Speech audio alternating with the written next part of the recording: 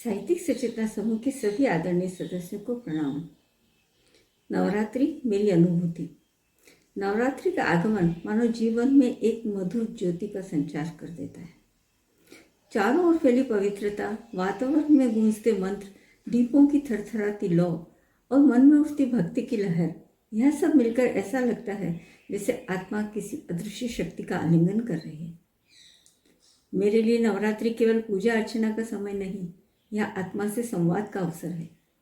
जब मैं माँ के 9 स्वरूपों का स्मरण करती हूँ तो वे किसी पुराण कथा की दूरस्थ प्रतिमाएं नहीं लगते, बल्कि जीवन के हर मोड़ पर मेरे सहचर बनकर खड़े हो जाते हैं।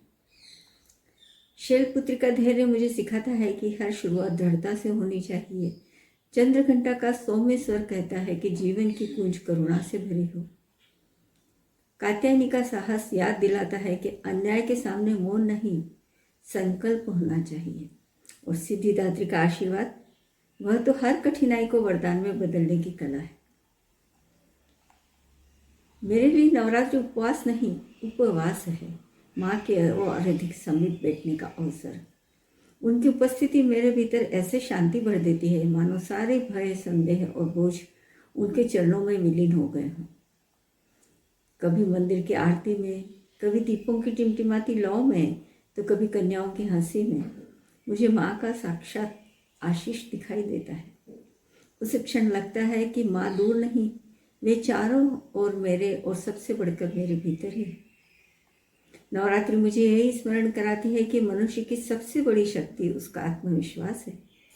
अंधकार को केवल आस्था का दीप मिटा सकता है और रिश्तों की सच्ची नींव केवल अपनापन है। मेरे लिए नवरात्रि का अर्थ अपने भीतर की सूक्ष्म शक्ति को पहचानना, हर हार में छिपी सीख को अपनाना और हर कठिनाई में वरदान को देखना। इसलिए नवरात्रि केवल पर्व नहीं है, बल्कि आत्मा की यात्रा है, भीतर से बाहर तक, भक्ति से शक्ति तक और शक्ति से जीवन की विजय तक।